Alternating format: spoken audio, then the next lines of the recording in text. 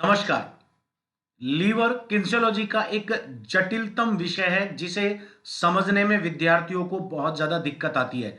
Liver यानी कि उत्तोलक।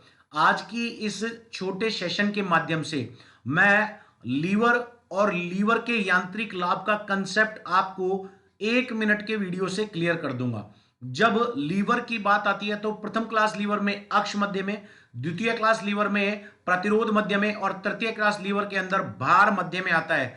लेकिन जब यांत्रिक लाभ की बात आती है तो द्वितीय और तृतीय श्रेणी की जो विशेषताएं हैं वो बदल जाती है। कैसे बदलती है मैं बताऊं आपको। जब प्रथम श्रेणी की बात आती है तो इसके अंदर लीवर की अक्ष से बल भुजा और प्रतिरोध भुजा दोनों की जो लंबाई होती है वह बराबर होती है, दूरी बराबर होती है। अतः इस प्रकार का लीवर यांत्रिक लाभ में संतुलन देता है। लेकिन द्वितीय और तृतीय श्रेणी के लीवर अपने प्रकार के विपरीत जाते हैं।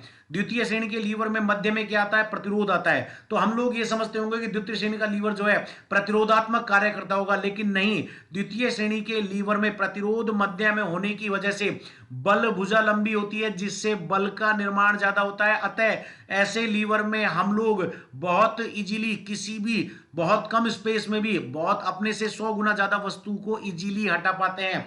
यह द्वितीय श्रेणी लीवर का यांत्रिक लाभ होता है। तृतीय श्रेणी लीवर के अंदर क्या होता है?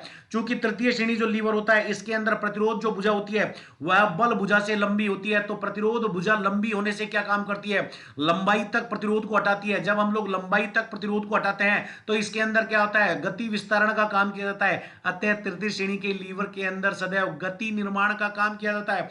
मतलब बहुत कम बल लगाकर भी हम लोग बहुत लंबे समय, बहुत लंबी दूरी तक काम कर सकते हैं। जैसे मैं इस हाथ को खोलता हूं, बहुत कम बल लगाकर मैंने इस हाथ को बहुत इजीली आगे तक खोल दिया। इस हाथ में मैंने बॉल उठाई और बहुत कम बल लगाकर उस बॉल को 40 से 50 मीटर दूर तक फेंक दिया।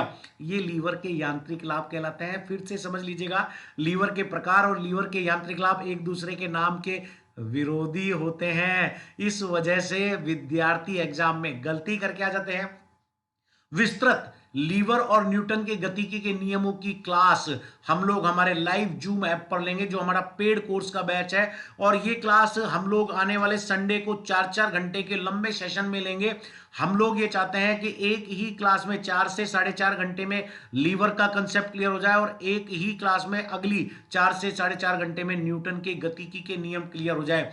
जब क्लास लगातार चलती है तो रिदम सिंक्रोनाइजेशन क्लियरली बैठ जाता है, लेकिन टूटते ही अगले दिन में थोड़ा दिक्कत होती है। इसलिए लीवर और न्यूटन के गतिकी के नियमों की क्लास हम लोग आने वाली छुट्टी के दिनों में लंबी चलाएंगे। धन्यवाद, नमस्कार, जय हिंद, जय भारत।